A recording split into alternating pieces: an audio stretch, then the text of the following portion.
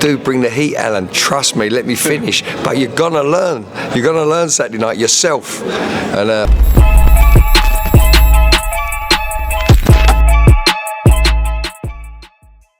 This is Jonathan Agger for Pro Boxing Fans, joined by trainer Mark Tibbs here in London. Almost there. Big night for you in the Origin gym tomorrow night. Mark, how are you feeling? Yeah, I'm feeling really quite. How can I say? I'm excited. I'm really excited because all the 5 fighters I got fighting tomorrow night, 2 at the Indigo and 3 here at the Copper Box. I'm really happy where they are and where they need to be, and yeah, I'm looking forward to it. Let's start with Johnny Fisher. The weigh-in, great atmosphere.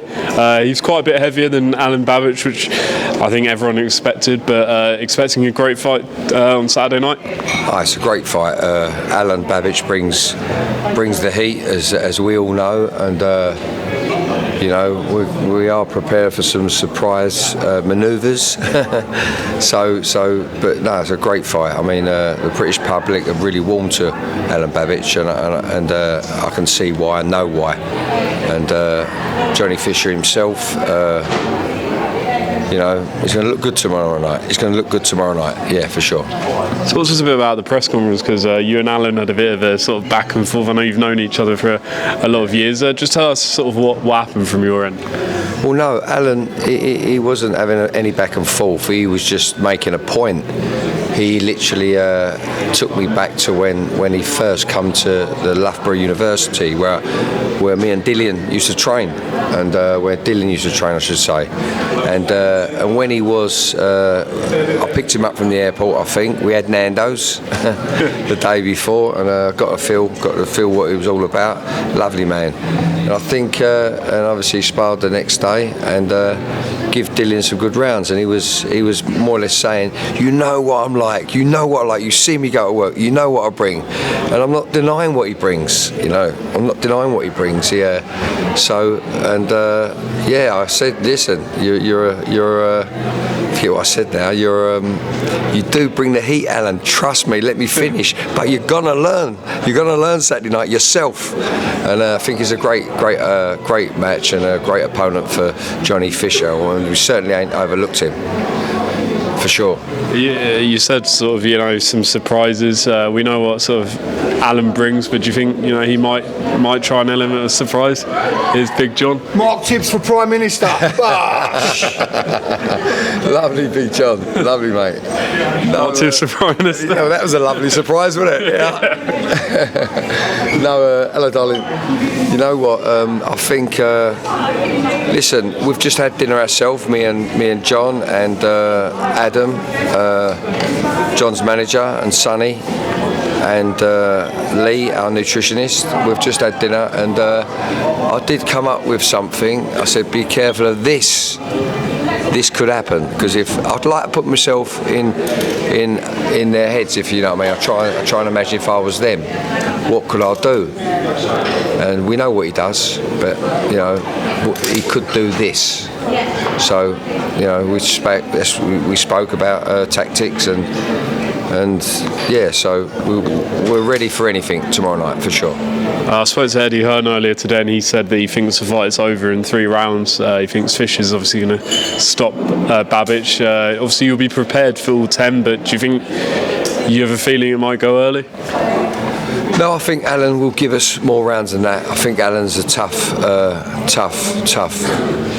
bit of work, if you know what I'm saying. He's a tough man.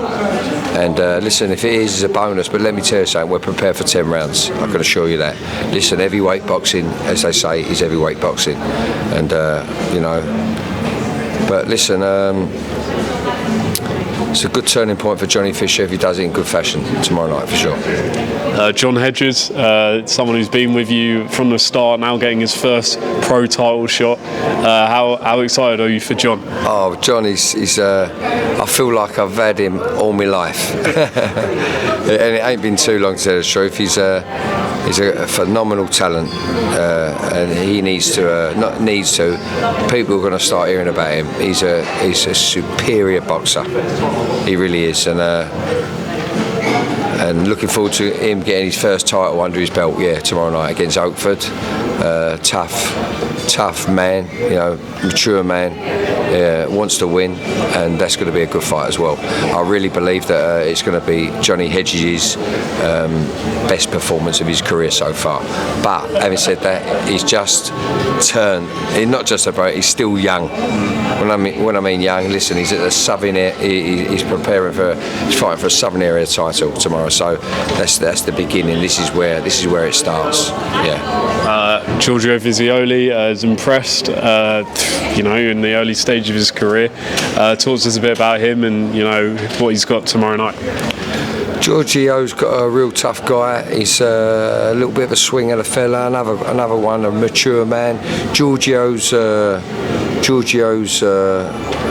is a reactive, great counter puncher. He can punch a bit as well, but he's very, very accurate, and reads a phenomenal reader of the fight. You know what I'm saying?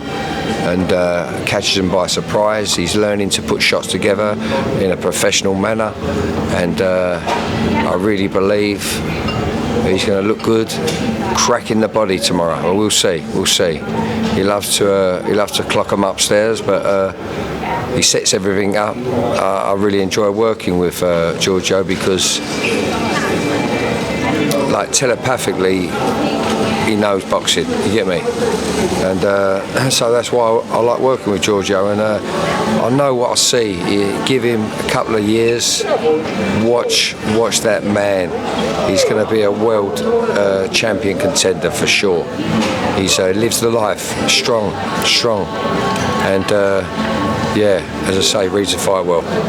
Now, you can't be in two places at once, and you do have some fighters on the bill. The Indigo, your dad is going to help them out.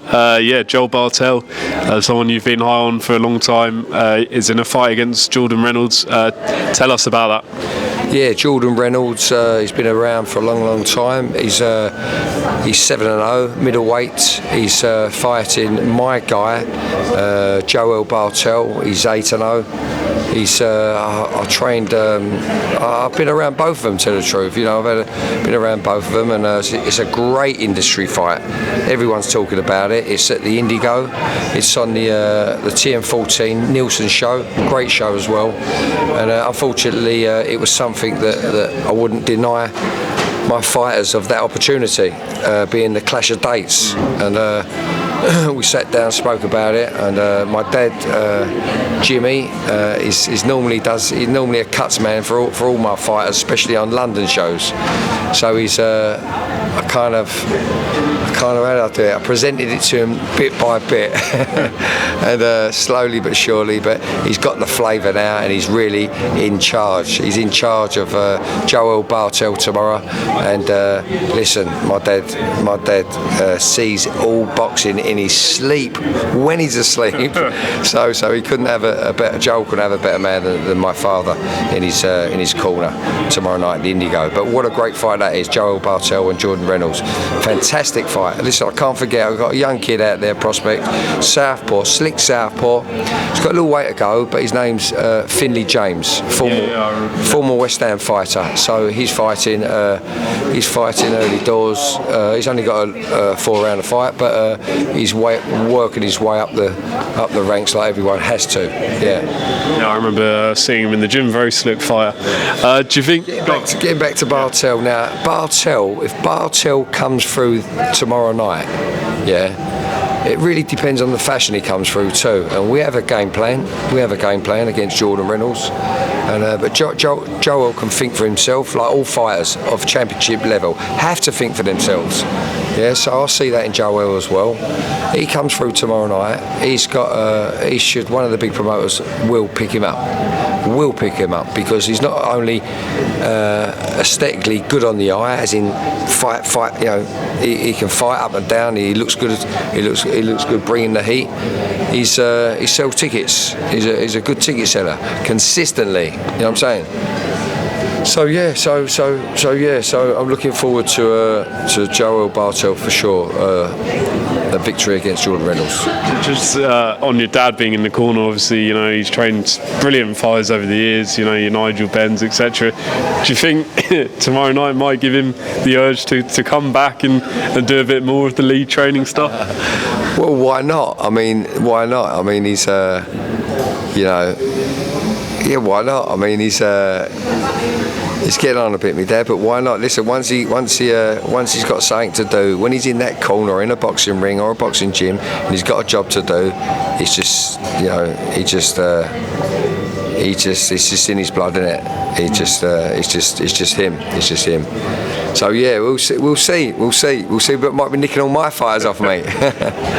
Just two more to ask you, Mark. Everyone was talking last week about Adrian Dubois and, you know, how they had a bit of a, you know, kick-off thing at the face-off. What did you make of it? I mean, Daniel kind of coming out of his shell. You know, do you think that has any impact on the fight, or? I thought Daniel gave a great account of himself. You talked about when they sat down, like they're sitting here now with the two promoters and that. Yeah, he done well, Daniel. I thought he gave a good account of himself, held his ground. Yeah, wasn't over the top, wasn't out of place. Just stuck up for himself. Yeah, stuck up for himself for sure. Yeah, I like that. Yeah. And just finally, I saw an interview where Joshua suggested, or he was asked about the Fury Usyk rematch, and he feels because of the way the last fight went, he doesn't give Fury any chance of beating Usyk in the rematch. Now, some people, now some people might say that's because Fury's his biggest rival. He doesn't want to give him any credit. But do you give Fury a good chance in the rematch, or are you still favouring, or would you favour Usyk? Well, I see what Anthony Joshua's where he's coming from because of his arrival, and you know, he's going to jump on that. You know what I mean? And he's going to jump on that, and he has a point. He has a point as well. So I think that will fuel Tyson Fury even more, not to leave no stone unturned, and get ready, and not leave any stone unturned. So if he gets beat by the better man, he gets beat by the better man. But there's a couple of things he did in his last fight with in that fight with Usyk that he was home and dry almost. He was home and dry, but he slipped up on one or two things, and he knows what he slipped up on. So if he gets them right, he should win.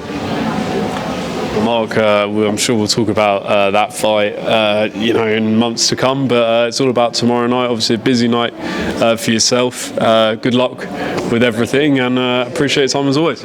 Cheers, Jonathan. Thanks very much.